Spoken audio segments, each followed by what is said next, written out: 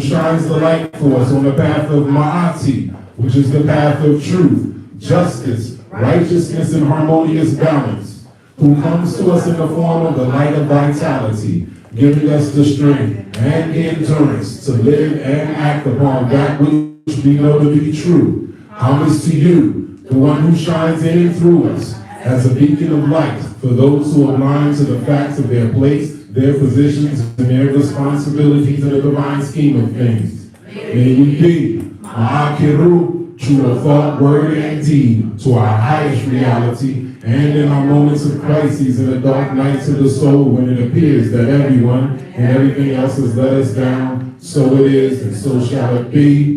Amen Ma'at. Ma'akiru. Ma'akiru. Ma'akiru. Ma'akiru. And see, dua. Yanawe. Yahweh. All right. Trust all is well with everyone, but all is energy. Energy is all. Everything is energy. And through this energy, we all are interconnected. Do we agree? So with that being said, I have to, just share a few words because I've been impacted by the energy of the passing of Kemet's sister. Because we just found out about that right before we did the opening of the wedding. So, just staying in my authentic self, I have to admit that it did negatively impact me, but I'm not going to be up here and be a downer about it. So just share words of acknowledgement about it.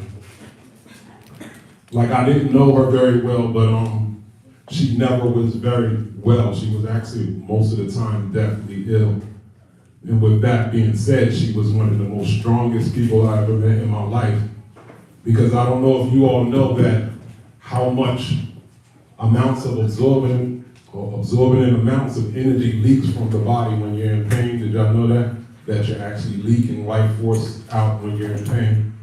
It's coming out. So imagine living well over a decade past what it was that you were, what the doctor said you was expected to live, just leaking pain. So imagine the strength of that individual to still hang on, because she recovered from comas at least 5 times that I know. And she survived by 3 children. I believe she was fighting and struggling to stay around for her baby. So I want to just continue to hold her in light and love as she goes to her ancestors for a well-deserved rest. So may she rest in power and peace with her ancestors, and may they be satisfied with her. So I just wanted to say that, keep her in light and love, keep him in light and love, because we all are connected. So anytime a soul comes to the world, there's a ripple in this pool called life. Anytime a soul leaves, there's a ripple in this pool called life. And if we're honest with ourselves, it always affects us. We're never, ever quite ready for it. We live in a time where it's just very interesting times, and sometimes it feels like we're living in a trap. So we just want to we just want to just take this time that we come together on Ra's Day, Aten Ra's Day, to stay in the light and understand that we all have the tools to shift, change, and transform and walk and rest into our divinity and come out successful as the best versions of ourselves. Check? Check. So on that note, today's talk is going to be called What Makes Kemet Worthy? It is inspired by some words Wabet Shimset shared with us a few months back.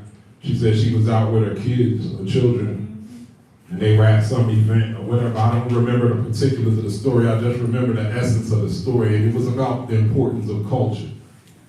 They were out at some event, and a festival, and it was a gospel festival. Kemetic Priestess is a gospel festival. But anyway.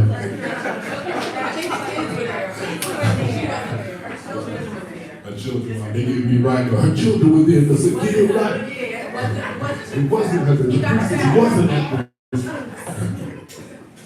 But she did say her children were impacted by that, right? And that there was some measure of excitement about going to a future gospel concert and stuff that she had. It brought some concern that she had to check herself. Like, damn, I got to get my babies and I got to get them right to communion. Because we have good music also. We have sacred texts, we have wisdom texts, we have inspirational adults in our temple that share some positive and profound information.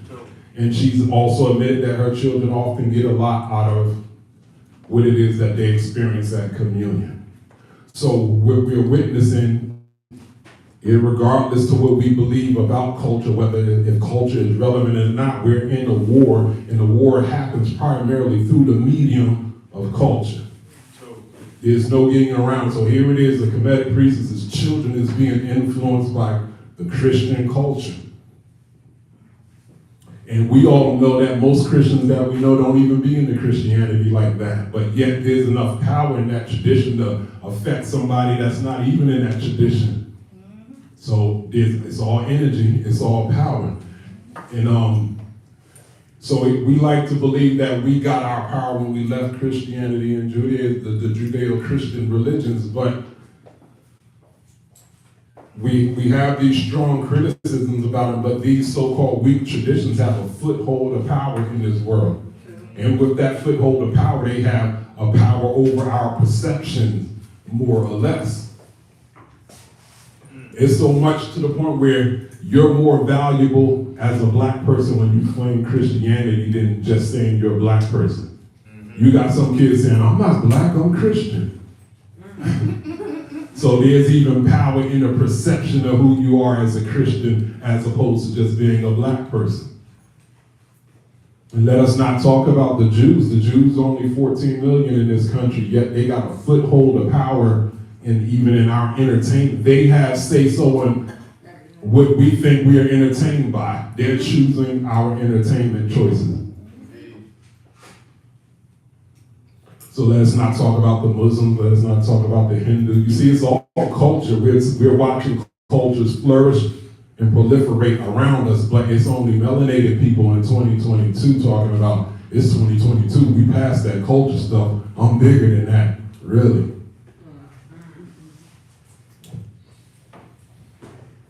So I want to say to that is, it's better to have a culture that you don't always agree with than to have no culture at all. It's better to have a culture and to be amongst others in your tribe and sometimes be disappointed and disgusted with than to not have no culture at all and try to walk around and act like you above and beyond culture, like you don't need it when the rest of the world is getting along through their culture. They're empowered through their culture. So, just to keep the online engagement, I want to greet to all the people, the Abid online. Y'all know the protocol. What's the roll call? Put a shout out where you're coming from. And with that, to encourage engagement, I want the people online to type in what brings you to this communion experience with us, especially in live time. I know some people don't watch it live time, they get with it later, but what is it that brings you to this communion experience? And what about this communion experience that distinguishes us from other platforms? Do you get something specific from us that you don't get somewhere else? And what is that? I know we have Wapet my opera in the chat, so she's there. She's usually taking excellent notes for you all, so y'all can interact with her. But I want to just try to keep some type of engagement with the people online as well as the people in the room. Because we have to have this discussion and the communication about expectations in relationships. We're at a point in our evolution that we have to leave little to nothing at all to assumptions. Assumptions are very dangerous, especially when it comes to relationships. Everything's a relationship. Everything is interrelationship. Culture teaches you about that. It's impossible for you to be an individual. It's impossible for you to be independent. You can only be interdependent if you're authentic with yourself. Too many relationships or potential relationships have gone bad because of this assumption thing. So we have women. Women have their own particular emotional IQ, and sometimes women get into this place where they have certain expectations from men. Women chill out. Because, we always got a vice versa, so we're not picking on the women, and vice versa. Men have their own emotional IQ, and men and women get into this narcissistic place where they have these expectations, self-entitlement from both, that we have these expectations that we're expecting from the opposite sex. We have to admit that we've been infected by European culture, this overemphasis on the self and the individual, and men and women have to admit that women have stopped studying the nature of men, and therefore it's affected how they navigate themselves in relationships with men. Men have stopped studying the female nature, and it's affected how men navigate themselves in relationships with women, so there's a depolarization going on. So we have to say all relationships must be based on a recognized, respected, and acknowledged exchange of value. Should I repeat that? Yes. All relationships should be based on a respected and acknowledged exchange of value. If there's no exchange of value, what the heck are you doing? Make no assumption, I thought, no, but all these interactions, we got to start being clear with our communication and what it is that we're expecting. Everyone has a right to expect something. No one ever does something just because.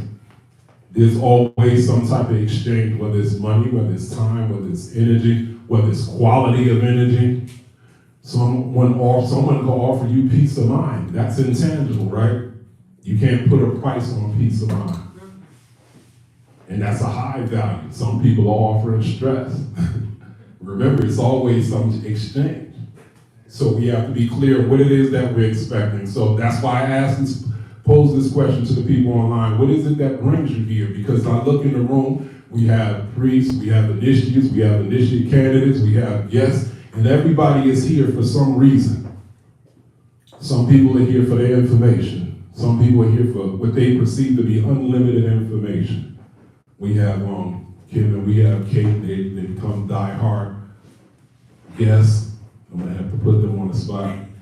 Briefly, Kate, in one sentence, what would it be that you think that brings you to the temple? And speak up loud so the people online could hear.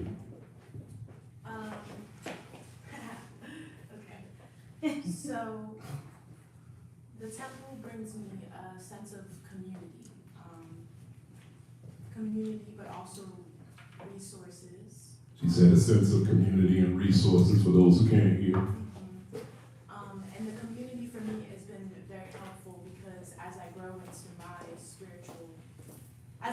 myself and embody the goddess in me, foundations are important, and having a good foundation outside of myself is also helpful. So I feel like the community and the temple brings that for me. Okay. People who have. So you like to believe that the temple reflects the best of what it is that you strive to do? Yes. Thank you for the essay answer, even though I said one sentence to you a lecture, but what we say, you stay ready, you ain't got to get ready. Kate was ready. And Kim, what about you? I would just echo what Kate said and just say family. Before I found this, I would practice a lot on my own and just didn't know of a community, and then I would say education. Okay. She said sense of family and education because she was what you call a solitary practitioner. Understanding African spirituality, there are no solitary practitioners. Everyone belongs to a family. And everyone belongs to a village, and in that village it has different lineages. You see it echoed in Ifa and Voodoo, they call you your godparents and things like that. Everything is still based off of the family model. So now this is the tension that we have in our society, because a lot of people don't want to be part of families anymore. So some people are just coming for just the information, unlimited information. So some people have in their mind, especially the people online that never show up, and that's no shade to the people online. We just talking facts. So some people never show up and they think that it's our job, my job, to come up here and give them just infinite amounts of information. I'm just here for the information. I ain't here for the drumming and the culture that family says. Just give me the information. Y'all familiar with that state of mind? Or those type of people? And there's no judgment. This is the whole experience of life is about contrast and variation. That's just a type of person that's out there. So that oftentimes that individual, let one communion go by, two communion go by, they don't get a personal message. They start wondering that we're not even talking about nothing relevant. I ain't getting nothing out of it because we're not talking about something that they think we were supposed to give them. Now understand, when you don't get something for you, you still gotta just understand that you're supposed to sit there and receive because that message may be for you to give to someone else. So we're always in a sensitive position anytime we get up here and speak to people because some people imply that you're not doing enough. Then we got the other side of the polarity. So when I got my truck, my 22-inch rim truck down the street with the lights on and I'm in your business, now you're not feeling safe. You're like, oh, he talking about business, he blowing my spot up. So in one sense, we're not talking about stuff that's relevant enough, and then one minute we too much in your business. So what's going on? Then you have people that want to have privileged access. Remember, everything is exchange of value, right? We experienced an interesting growth spurt during the quarantine. During the quarantine, we didn't have hundreds of people, but the amount of people that we had online, we would get hundreds and hundreds of dollars in donations. But check it out, but since we came back in person, the donations went to barely nothing. Do you feel that the value changed as far as what we were given?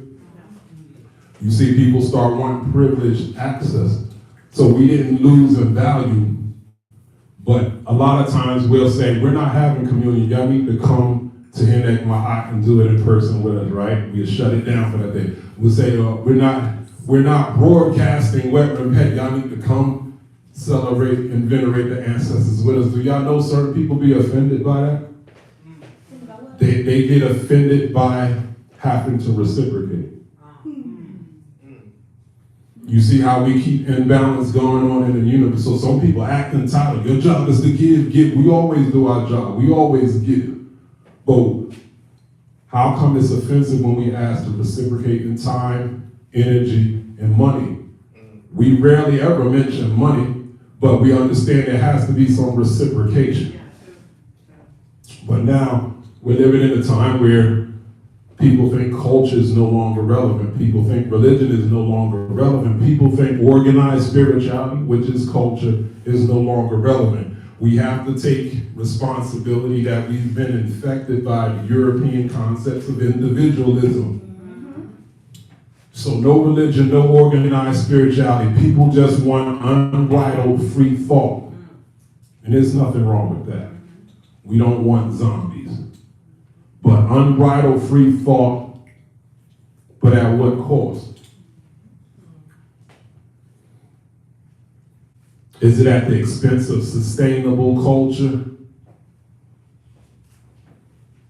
So what I'm saying is when we don't progress as a people because we decided our free individualistic thinking is more important than sometimes putting that to the side for the greater good of our people, then we can no longer complain when we're not moving the needle as a collective, right? Because we don't have a culture.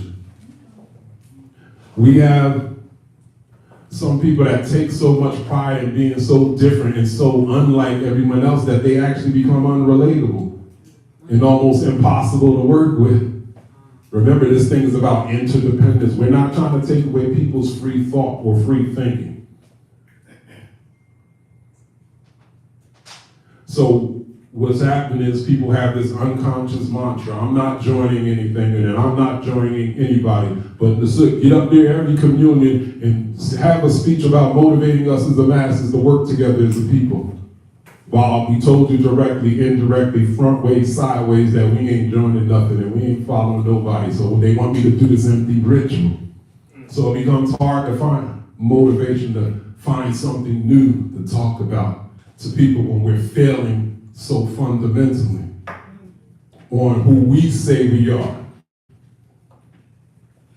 But somehow we're waiting for some type of miraculous shift, change, and transformation, but we've undermined that. With that I say, we're no different than the Christians waiting for Jesus now. Just because they did one little ritual that said they washed in the blood of Jesus and the sins are forgiven, and they just waiting for Jesus to come back and get it together. So we're doing the same thing. So no one wants to work together. No one wants to demonstrate righteousness as a social activity. But we want some type of social justice. How is that supposed to happen? We're no better than the Christians. That type of thinking is unsustainable and counterproductive. Since the time of Elijah Muhammad, there's been 4 times as much information that's been proliferated in the community. The average conscious person is smarter than what Elijah Muhammad was. Y'all understand that? A lot of y'all were smarter than Malcolm. Malcolm was a great articulator, but y'all been exposed to way more information than he had. How is it that they was able to do so much with so little, yet we got 4 times the information and we can't even do a quarter of what it is that they've done, right? Because we think we're so smart and we think we know better than the now ancestors. Understand this is gonna humble all of us. How was it that they was able to do so much with half correct information? Isn't that embarrassing? Because we'll be up here talking about, I don't believe in no Yahoo philosophy, no big-headed scientists that created some white folks from the germ of black folks. Why they gotta wear the bow tie and part their hair like the Smiths from The Matrix? You know, so we have our little wise cracks and stuff like that, but that half correct information, they did more than all of the black organizations together. So if we know so much, we know the truth, the correct information, we're supposed to be mystical, magical, it's supposed to be all types of shift, changes, and transformation because we said it was about the information, right? And we supposed to have the truth, right? The church is still beating most African organizations. Leave some cats around the corner got a storefront. And you gotta respect that. Them storefronts been around 20, 30 years, but what do the average conscious black organization got? They don't even got the storefront, but they got the truth.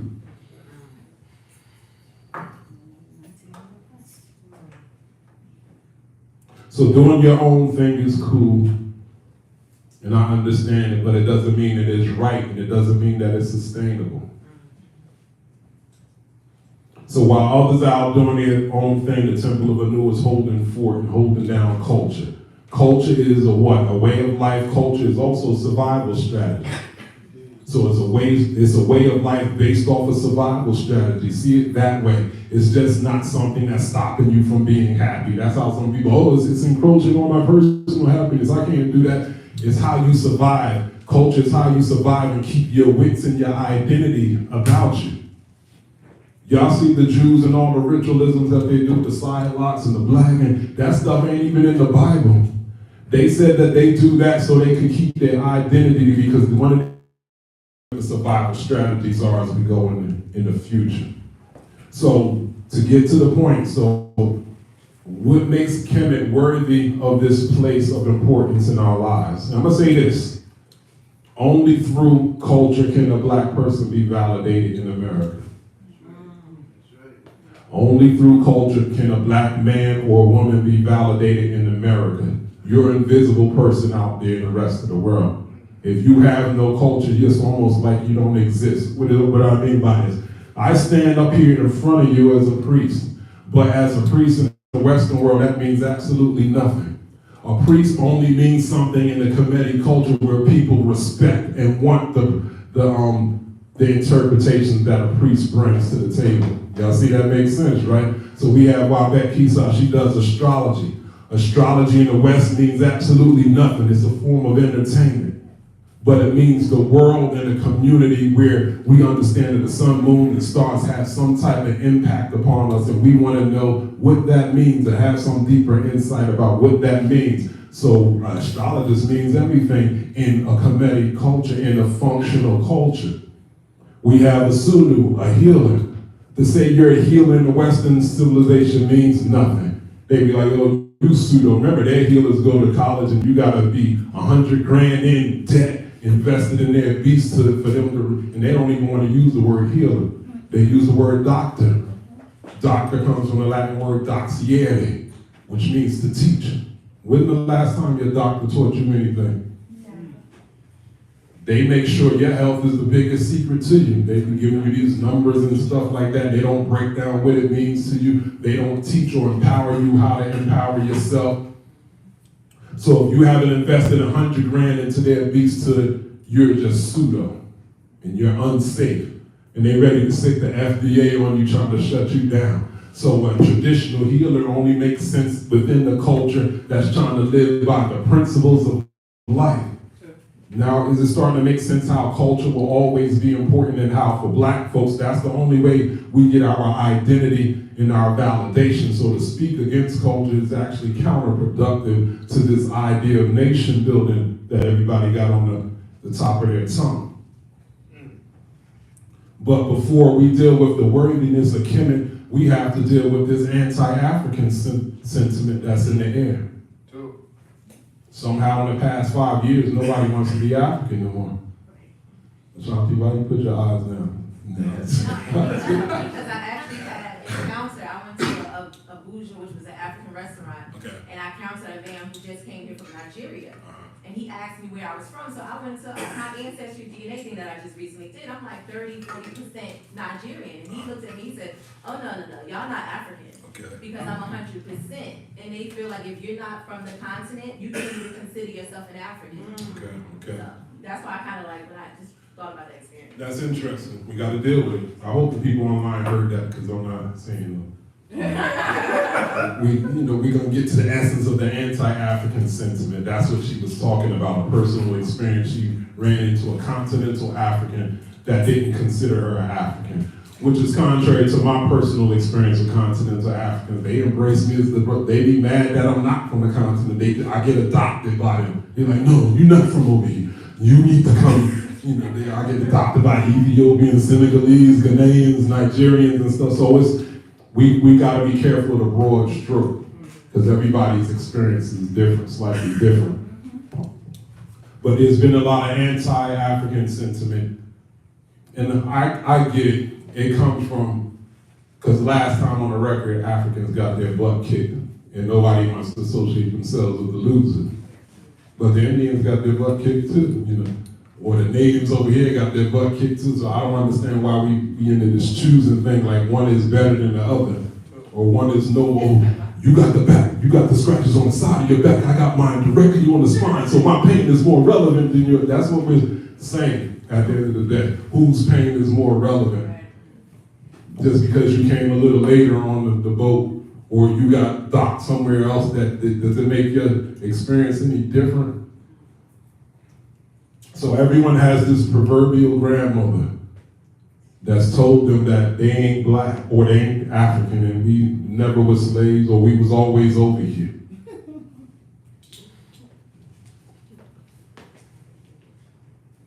But let me stop that real quick, back to the culture thing real quick. When I was saying we get our validation through culture, right? Black men and women get their validation through culture. So to that I asked, what are our 6 demands? Y'all know what I'm talking about? When I say what are our 6 demands? Y'all know this nonsense that's going on with Ye and Kyrie Irving. Remember, Kyrie Irving just made a reference to a movie called Negroes the Hebrews, and that was so hurtful to the Jews that they shut off his money, so he lost his endorsement with Nike. They won't let him play, and I think as long as he's not playing, it's costing him a certain amount of money. So these cats come up with a criteria. We want you to do these 6 things to get right with us. And one of the things is he needs to give a donation of $60,000 to Somebody It's did. not charity, like. Charity, to charity. And he bossed up. He gave $60,000 to the family of that young lady that got murdered in the Yeah, Shanquella. Shanquella. He gave $60,000 to that family. But check it out, he bossed up again. So he gave $60,000 to a black Muslim school in Brooklyn. So that's $120,000. Yes. So he, just because he made the reference to the documentary doesn't mean he thinks we all are Hebrews. The point is, we was all over the planet. So yeah, we was Hebrews too. Yeah, we was Moors. Yeah, we was Kemet. So everybody like, oh, see, he's Hebrew, but then he just gave 60 grand to some Muslims, some black Muslims. Then he gave to that young lady was in Shanquella. I'm sure she was Christian. So here he is. He supported black Christians, black Muslims, black Hebrews. One of his other requirements was to sit down and be pretty much scolded by some Jews. Remember, Nick Cannon got that same treatment too.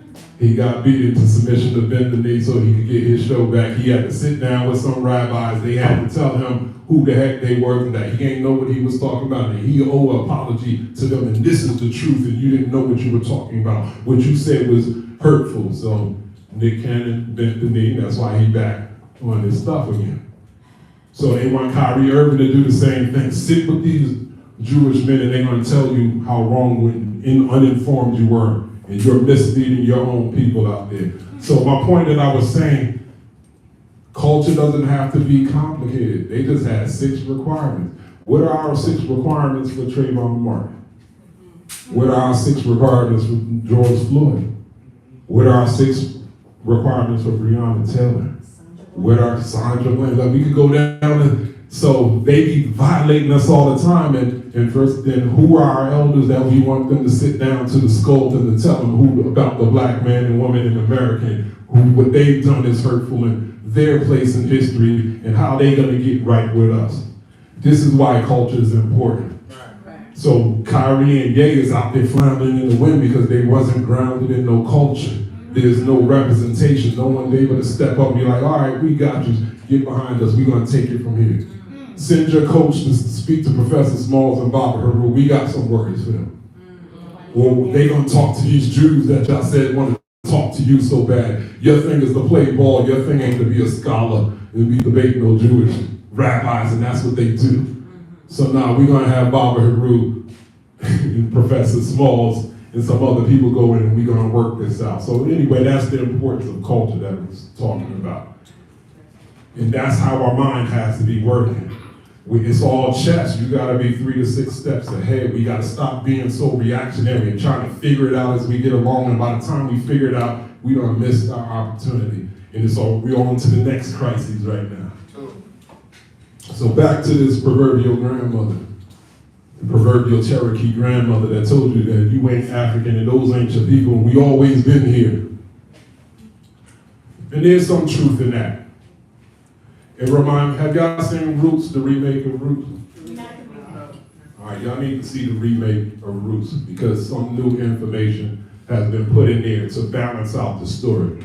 So we want to deal with this, we ain't African, we this native thing. And just the half-truths of it. And that, did you turn the heat up or you turned it down? I turned it back on. Oh, okay. I don't know, how y'all doing? Is it hot? I'm sitting. It's hot. You roasting. Got the rotisserie things on you. I thought it was with Naeem was talking, I thought I was having a Kundalini awake. He said he was in Kundalini with you 4 hours. I'm like, oh, I've been speaking like a half hour. Is this the Kundalini way? All right, yeah, so, yeah, y'all remember Kunta Kinte, right? Yes. In the movie, they kept referring to him as the crazy African. Right. Did y'all know that? Y'all remember that? Yeah. Why did they call him the crazy African? He wouldn't reform. Y'all remember the fiddler? Yeah. He was played by Louis Gossett Jr. The new one. Y'all get me. The Ben Vereen, Louis Gossett Jr. Which one was it? Which one you talking about? I'm talking about the new one. It's played by Forrest Whitaker. And then y'all remember Kissy? Yeah. His wife, she was played by Anika Noni Rose in this movie. So now, remember, like, there was conversations he had with the fiddler and Kissy, and they both had to check him several times. They got offended because he didn't understand their mind state, why they was just going with the nonsense, and he was just telling them who they was, and they was like, I ain't no African. And that's the conversation we have now. I ain't no African. But what they were saying was true. They were broken. All they knew was slave life over here. So far as they're concerned, their history, they don't come from no Africa. They had no memory of Africa whatsoever. All they know is slavery over here. It don't mean that we all came from over here. It's just that was a condition. They were broken slaves. Now understand, further in the movie, he starts singing songs to his child. And Fiddler had a genetic awakening. He said, hold up, that song sounds familiar. My mother used to sing that to me. I couldn't remember the words, but I think that's it. And later on in the movie, the fiddler winds up sacrificing his life so Kunta could live. Because he was so inspired by Kunta's revolutionary spirit. He said, I guess that old African black magic done work on for me, because now I'm after the fool. So he was feeling empowered by not doing what the slave masters did. He took off his wig that he was wearing. You know how the Europeans wore them wigs and stuff. So the fiddler was walking around wearing the wig, and somebody's at the door. The fiddler was walking around wearing the wig like how the white folks were. And what was interesting about the transmission of culture, some of them tunes he was playing on his violin, that was the tune that Kunta Kinte was humming to his child. He translated into his fiddle thing that went several Africans that got taken to the islands. They broke the slaves in the islands and they brought them to America. Totally brainwashed their memory. So this is where that I ain't African thing comes from. Understand, one of Kunta Kinte's sons married a so-called Native American woman. She was black by all intents and purposes, but she had the Indian hair. So they're trying to show you in the movie that both was there. But we gotta be careful of the broad strokes. It doesn't mean that all black folks was this native type. Because then we have to understand, like, okay, where did that person come from? How did that person come to look like that? Understand, before slavery, there was 500 nations already over here. I'm not gonna say that all of them were black. The broad stroke again. I see the pictures, I see the research, I see just as many so-called red cats out there in the pictures and stuff as I see black. So don't show me 2 or 3 pictures of some black depictions and be like, see, they always, you're like, well, I seen just as many of the red, and the red ones were dark and they were melanated too. And then we have to look at like, okay, are we just looking at poor resolution pictures? Because there was, over 100 years ago, the technology was different. So is that shadows? Were they really that dark? Now understand, I know we're going through a lot of history. So now, through the interaction with white folks, they created what they call the 5 civilized tribes. The 5 civilized tribes was the Cherokee, the Creek, the Choctaw, the Seminole, and the Blackfoot. All racist names anyway. And the Cherokees, a lot of them were slave runners also. The Seminoles were actually runaway slaves. That's what the word Seminole means. They were runaway slaves. But those were the so-called civilized ones out of the 500 ones that wasn't having it with the white folks. That they call them savages. And these are the civilized ones. So now understand, so all of them wasn't necessarily black. Some of them were, no doubt. And then you had this phenomenon called the $5 Indian. When white folks paid $5 to get a nationality card to allow them to mix with the red Indian. So you know how they do, they get up in they get up into our bloodlines, start lightening the bloodline. So now the representation of the red Indians is a bunch of white folks. Because they mixed with the red Indians and they lightened it up. So now you got a bunch of white folks telling black folks that married into that they ain't Creek, they ain't Cherokee, they ain't Choctaw. Because remember, they were freed slaves at some point too. And they were interfacing with these so-called 5 civilized tribes too. So after slavery, you have these highly skilled black folks or ex-slaves who had no jobs to go to. So some of these so-called natives hired some of them were enslaved, and by initiation, proximity, they got absorbed into the tribe. So some black folks were mixing with those natives, and so we had a whole bunch of black folks that's actually married in also to this day. So yes, there's people over here that have native in them also, but it don't mean you were all that. Okay. So to go back to Ashanti's story, she said she did her DNA and that continental Africa told her, no, you ain't African, I'm 100%. My thing was that none of us over here could claim nothing. If we're gonna get on some puritanical stuff, most blacks, what you say, 40%?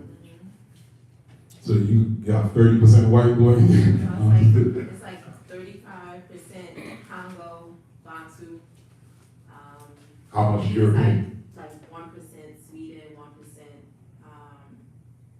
Ivory Coast, and it's like another 1% Middle East. So very low percentage Yeah, white. most of Okay. them. So now, some black folks got less than 35% African in them, but they look black and African. So we can't play this puritanical thing. You ain't pure, none of us is pure African, so if that's the case, then you ain't pure native nothing either. So who we are over here now as so-called Africans in America, we've been raped into existence. This is something new. So what I'm saying is we have to get to the point where we have to identify with divinity. It is our identification with divinity that's going to cleanse, redeem, and restore whatever ethnicity that you're aligning yourself with. I'm going to repeat, it's your connection, it's your association with divinity that's going to cleanse, restore, and redeem whatever ethnicity that you're claiming, because claiming to be native ain't enough. Claiming to be African ain't enough. You're going to need something extra to redeem and restore that part of you that you're associating with, to restore it back to its glory. Some of us only walk around with 40%, so we need a divinity to activate that gene in us to do that thing, some justice, right? So the proverbial grandmother that told you, you ain't African, and we always was over here. So now we have to ask the question, did your grandmother know the language? And it's usually no. Sometimes they do. Did she know the language, and did she pass the language on to you? No. No. Did she know the culture? No. And did she pass it on to you? Is your grandmother even still with us? Oftentimes, no. So before your grandmother left, did she leave the ancestral communication ritual with you so she could continue to communicate with you from the other side to make sure the tradition stayed? So if that's the case, then all you have to show for a so-called native over here is just to say that you ain't African. So that makes them no different than Kissy and the Fiddler. Okay. So our claim to fame over here is to be a broken person who don't know their culture or their language. And that's why we gotta have this conversation about what makes Kemet worthy. And understanding all this talk of nationality, now, do y'all know that they're saying this is Kemet, America's Egypt? Yeah, that's the new thing. So check it out, like, that's what they're saying. Because they stole so much. No, they just said there's all this evidence of Kemet over here. They said it's more pyramids in America. Fine, like I'm open to all that. They even saying America comes from Tamari. It's really what's called Tamerica. Okay. I'm open. They said the Grand Canyon got like a Kemetic temple in it, and through the Grand Canyon got a direct link to Africa. So you could travel from the land. I mean, Yeah. But the point is, I never seen, when I see that the research is sketchy, it's usually somebody's drawings about it, but it's never, when they go to Kemet, they should be like, yo, that was King Tut, that was Akmos. They never show no actual pictures. It's usually drawings of the statue or whatever. So anyway, I said, I'm still open. So, okay, America's Egypt. So they said the Mississippi is the Nile. It's the actual And that, just for the fact that there's places in America called Memphis and, but those are Greek names. So, but anyway, so fine. So it all roads lead back to Kemet, to America. Let's go with it. So you still got to go back to the worthiness of Kemet. It's all coming back to Kemet. So there's already been a plethora of information studied about ancient Kemet over there. I don't know about any new text coming from over here. We're open to it. We want to see it. But for now, we have a pretty good understanding, a working understanding of what being Kemetic is. So technically, even all the native talk is coming back to Kemet. So the worthiness of Kemet. So where we go? We go to the tomb of Ramses or Messurah. He has something on the wall called the daily cult ritual.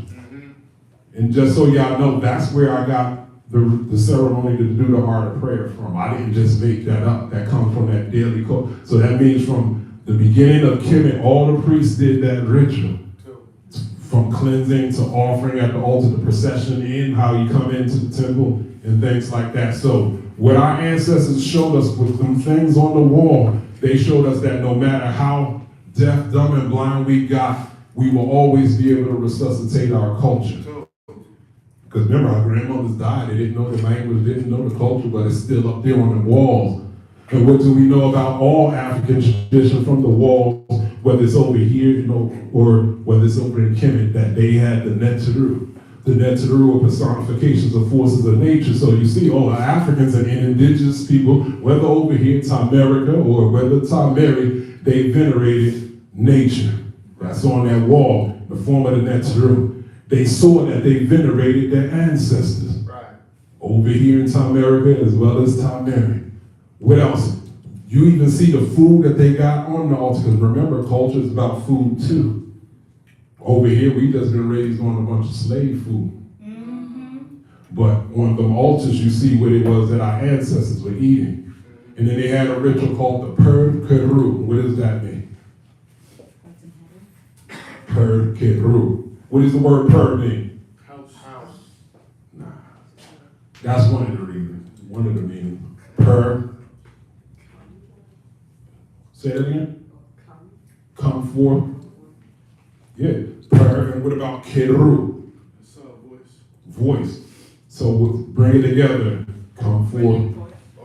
Sending forth the voice. So they, on the ancestor altar, they had a ritual called the Per Keru and the Hotep Di Nasu. Right. The royal offering. So sending forth thy voice activates the royal offering. So on the wall, they have a ceremony that represents transubstantiation. What does that word mean? Transubstance. Trans means what? Take from one state to another across. Substantiation. Substance, what is it? Huh? Form. So to take one form and transition it to another. So we're talking about alchemy. So the Per Keru, the Hotep Di Nasu, is a transubstantiation ritual to proliferate those offerings. So they drew the offerings on the wall, did this ritual to activate it so their ancestors are perpetually fed. That's what I'm doing when I'm coming down over here. You see me with the incense, I'm doing the Per Keru. And remember, y'all already have put your offering this on proliferating your offering. So we're doing a prosperity ritual. Every time the job is to stay aligned, keep them chakras vibrating and stay aligned, because your prosperity is waiting to download. That's culture. That's the importance of culture. And we can't forget that language is the DNA of culture. Right. Again, language is the DNA of culture. And we've been blessed in the Kemetic legacy that we have the Sesh metal, that's the inscriptions of the divine word. And then we say that our language is double and triple entendres, and the language is going to go as deep as you are. So if you shallow, you don't do no reading, you don't do no meditating, you don't do no praying, you don't do no cleansing, no fasting, it's going to be just flat. Oh, he's talking about the bird Heru. and they sat on the perch. You'd be like, that's what all that said? They described all that, that's all they wanted to say? But that's how shallow certain people's mind is. Now, have you all heard of cymatics? It's the science of sound.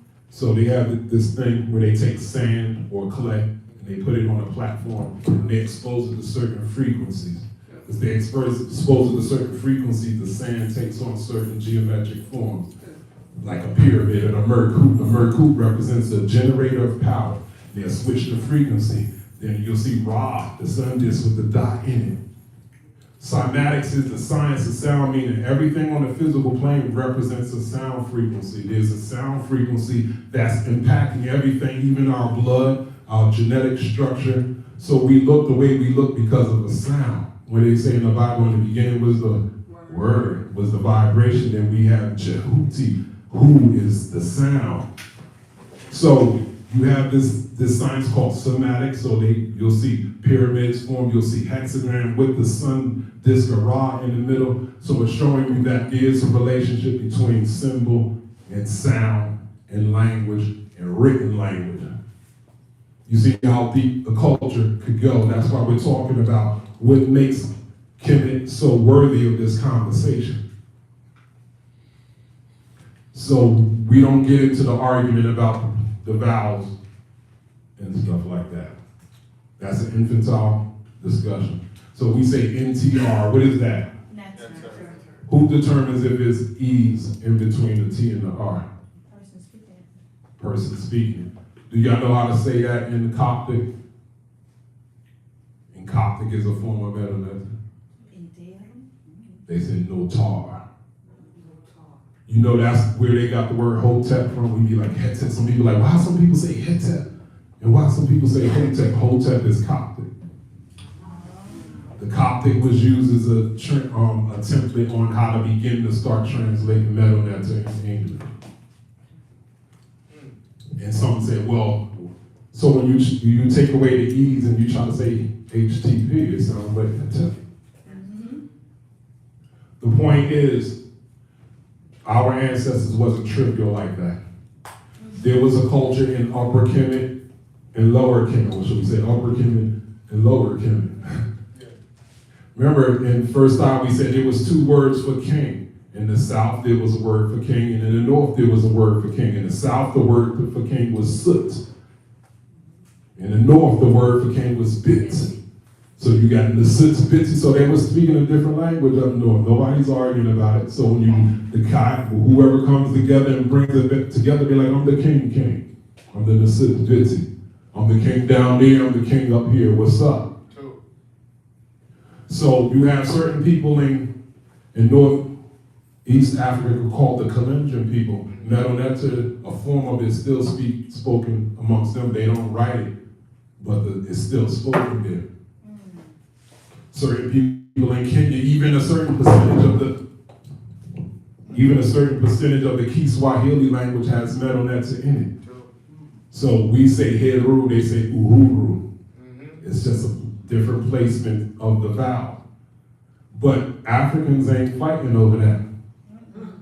They won't be like, you said it wrong. You ask them, why do you say it that way? They'll just be like, this is just how our people always said it. You know, we be making stuff, mountains out of molehill.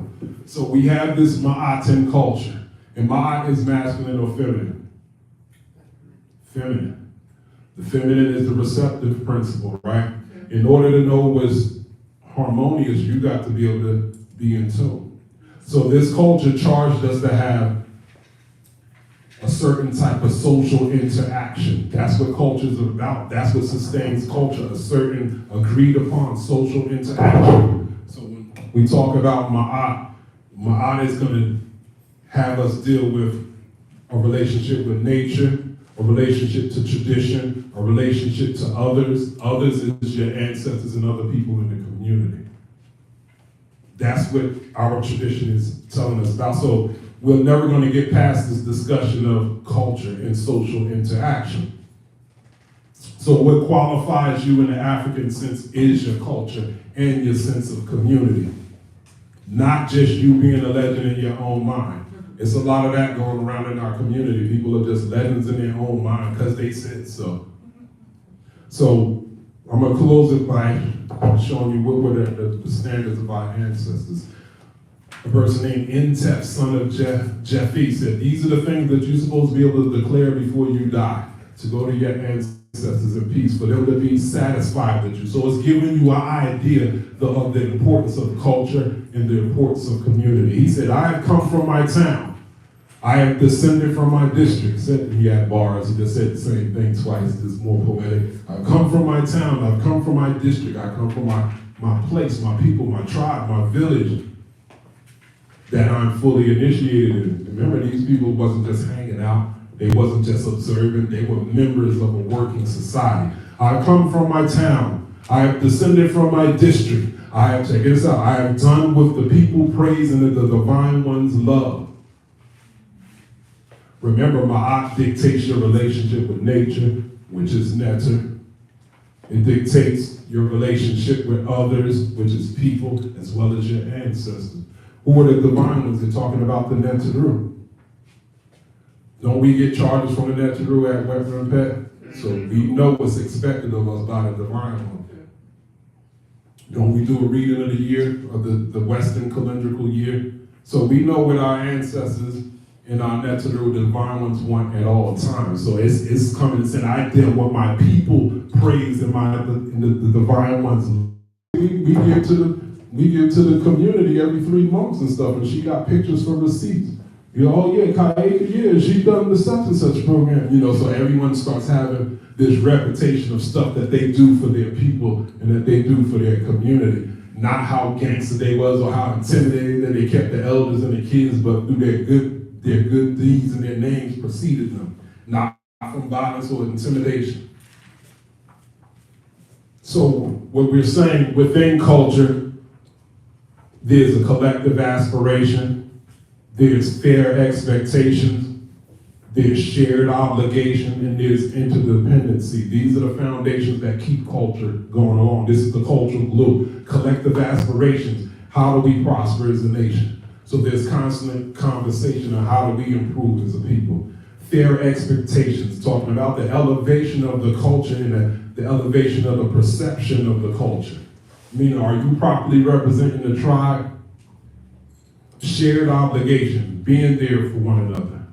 Interdependency. We need each other for a sense of value.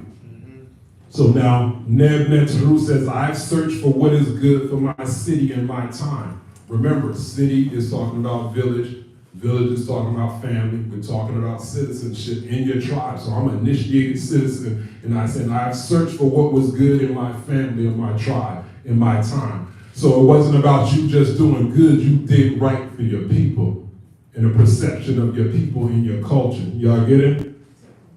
So culture from an African perspective gives you personal purpose, meaning in life, and even rewards. All of those things are intricately connected in the African concept of culture and community.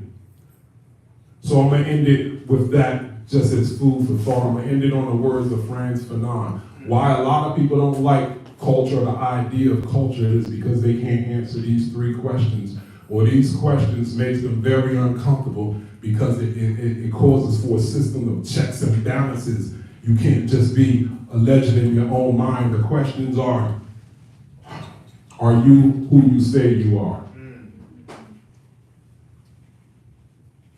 And are you really who you say you are? That's 2. And 3 is, What's your proof? he said, what's your proof, or have you become what you yet to be? The only way you can do that is through community, other people. You can't be a legend in your mind. Your greatness is validated by others. Remember, we're all a reflection of one another. So therefore, our validation, our worth, our sense of reward comes from our interdependence upon one another. So that's part 1 of this discussion. We're going to continue on for the next time. So can we stand up? Can we say we leaving in satisfaction? Yeah. Left foot forward, hands to the 90-degree angle. Brothers right over left, sisters left over right. Matep. Dienu Uncle Jocelyn. Open up, give energy around the room, retract the foot, bring it into the heart chakra and ground it into your body and ground out with the right foot on the count of 3. Wa, Sanu, Shmek. To everyone who joined us on Facebook and YouTube Live, thank you for joining us for today's communion. We appreciate the reciprocity that you show us in the form of your donations. Donations can be sent via Cash App to $Temple of Nu or by PayPal to templeofnu@gmail.com. We'll see you all in 2 weeks on December 11th for our next regularly scheduled communion. Shemi Matep, everyone.